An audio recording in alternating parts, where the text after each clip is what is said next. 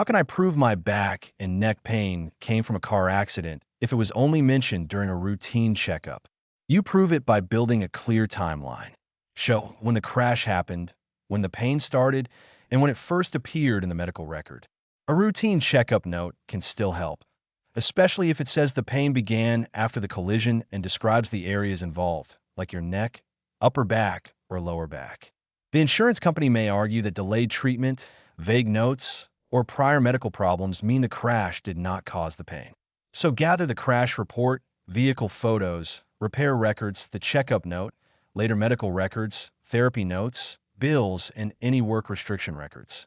Also collect before and after statements from people who saw changes in your movement, workability, sleep, or daily activities. In North Carolina, the key issue is whether the crash probably caused or aggravated your condition. You do not always have to go to the emergency room right away, but you do need consistent evidence that connects the symptoms to the accident.